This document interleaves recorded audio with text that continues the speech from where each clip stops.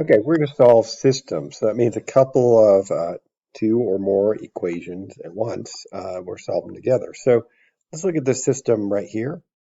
We've got two equations, x plus 2y equals 4 and 3x minus 2y equals 4. And the question is that point, that xy point, a solution? Well, let's plug it in the first equation here and see what happens. So that would be 4 plus 2 times 0 equals 4. Is that true? 4 equals 4, that's true. Let's plug it into the other equation here and see what happens there. So if we do this one, that'd be 3 times 4 minus 2 times 0 equals 4. And if you simplify that, that's going to be 12 equals 4, and that's not true. So because that point is only makes the first, so that this statement is true, this equation is false. That point, when you substitute in, makes it false. So it's only true for one of the two equations, so that's not a real solution to this problem. Let's try the point 4, 4. Let's try it in the second equation first. So 3 times 4 minus 2 times 4 equals 4. Well, let's see if that's true. 12 minus 8 is 4. 4 equals 4. That's true.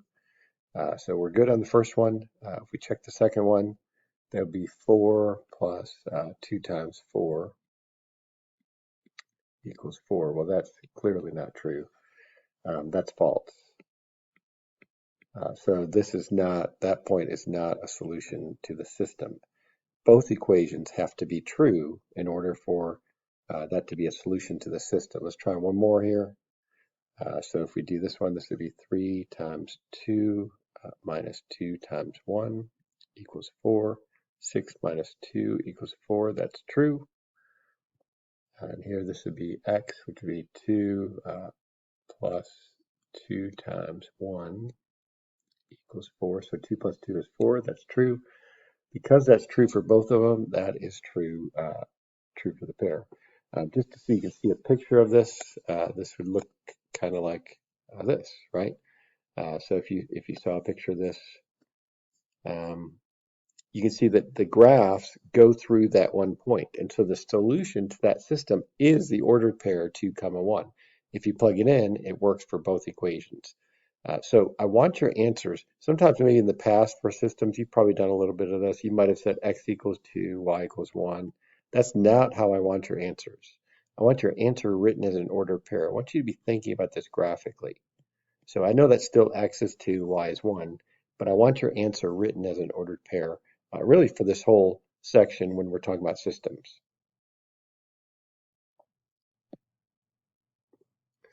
Let's see, just a second. Okay. So there are two methods of solving a system, two main methods, I should say, not the only two methods. And you're probably familiar with both of them, to be honest with you. So it's very possible you've done both these methods before. So, but this first method, substitution, let's try that one first. So with substitution, oops, you want to solve one equation for a variable.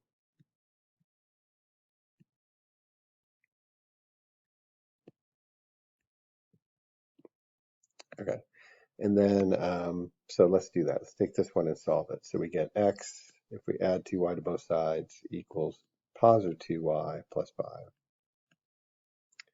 So then we're going to take the second step is substitute into the other equation,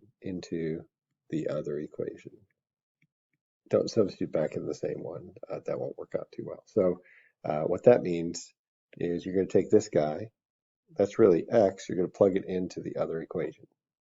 Right, so everywhere there's an x, you're going to plug in 2y plus 5. So it would be 4 times 2y plus 5 plus 3 times y equals 9. So wherever it says x there, we're going to plug in a 2y plus 5. Then we're just going to solve that. So, and you, again, I think you've probably done this method. So distribute there, you get 8y plus 40, plus 20, sorry, plus 3y equals 9. So 11y, subtract 20 equals negative 11. Divide by, running out of room here, divide by 11, you get y equals negative 1. You're not done with the problem. You've got to plug that back in to get x. I would plug it back in right here, right? Because we've already got this one solved for x.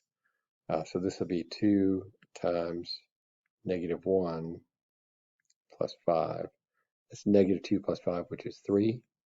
So our ordered pair, our answer is going to be 3 comma negative 1. Again, I want you to write your answer as an ordered pair.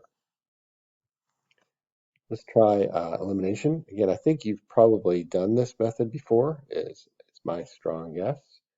But we're going to do elimination, show you how to do it. So you have to line up. So first step is line up all the variables, line up everything, right? This one is, it's already, the x's are lined up, the y's are lined up, the equal signs are lined up, the constants are lined up. So everything's lined up. I like to get one variable the exact opposite in the two equations. And so usually you have to multiply to do that. Let's see. So this one, I guess if you multiply the top equation by, you could do negative 4, right, to get rid of that x there. So the top equation would become negative 4x if I distribute plus 8y equals negative 20. Everything's multiplied by negative 4. Ooh, negative 4, that makes it positive 8y, doesn't it? Careful, that negative distributed to every term there. The bottom equation stays the same. The second equation is the same. 3y equals 9. You're going to add, because they're exact opposites, the x's should go away. They do. You get 11y equals negative 11. Divide by 11. This looks a lot like the other one. Y equals negative 1. You're going to plug that back into one of the equations. I might do this one just because it looks like a little bit less work. So x equals 2 times negative 1.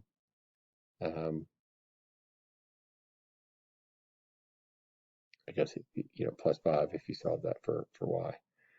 So we get x equals negative 2 plus 5. So x equals 3. Your final answer is 3 comma negative 1 as an ordered pair.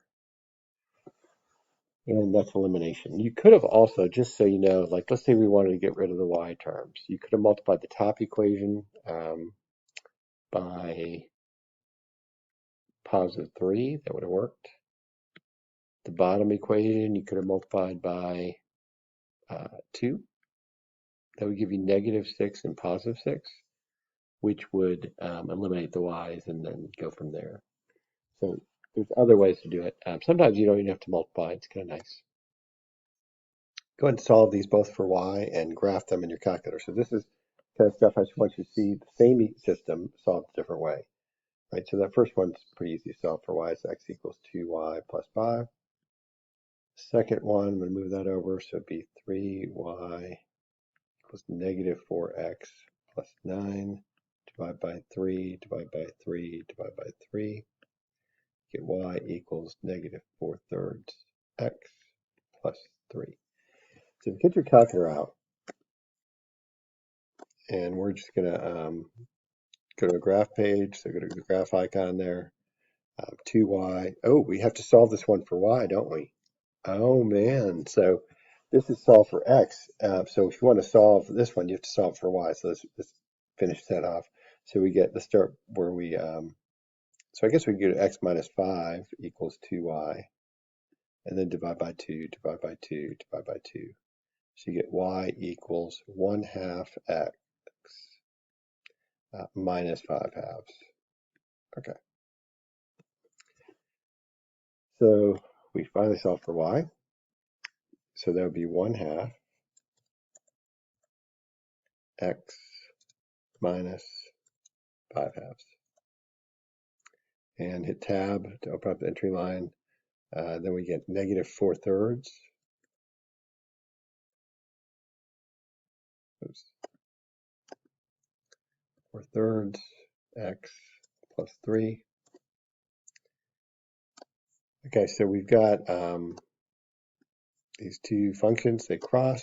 I like to go to geometry. You could go to analyze graph, points and lines, intersection point, just click the two graphs and it'll find the intersection point, which seems to be 3, -1, which is the same answer we got. And so that's where the two graphs cross. It's where they're equal. You can also see that in the table if you wanted to, but that's just another way of viewing that one. Let's try this one. This looks good. So again, you can choose, you really have to know how to do both methods. So I would know, because on a test or quiz, I'll say solve this one. I might say solve this one using elimination, solve this one using substitution. Usually there's one method that looks a little better than the other one. This one just looks like a tough problem, so it's not going to be real easy to solve. Although elimination looks like a better fit here if I had to choose one of them, and I got to choose one. So I would multiply by 2 to get the same x's here. So this would give you negative 6x plus 10y equals negative 12. And down here it'd be 6x minus 10y. Ooh, this can be interesting, equals 12. It's not what I expected. I'm going to add them together. The x's go away, the y's go away. I guess I just have 0. And negative 12 plus 12 is 0. Does 0 equal 0? Yes, it does. And so, in fact, for this one, what this means graphically is these two lines are the same graph. Like it's the same graph on top of each other. So there's an infinite number of solutions on that. So we say, in this setting, we say infinite solutions. Whenever 0 equals 0, whenever all the variables go away. So that happens sometimes. By the way, if the answer was, if I'd gotten to the end, it was something like, 0 equals 4 or something. That's not true, so that would be a no solution problem. And graphically speaking, that would mean two lines are parallel lines, right? So if you get two things that are not equal, it means the slopes are the same. They never touch, they never actually do that, but they do that. Try this one. So let's try this one with substitution. We just did elimination, so let's do a substitution. And it's kind of set up for it, right? If I were to choose, I would choose substitution.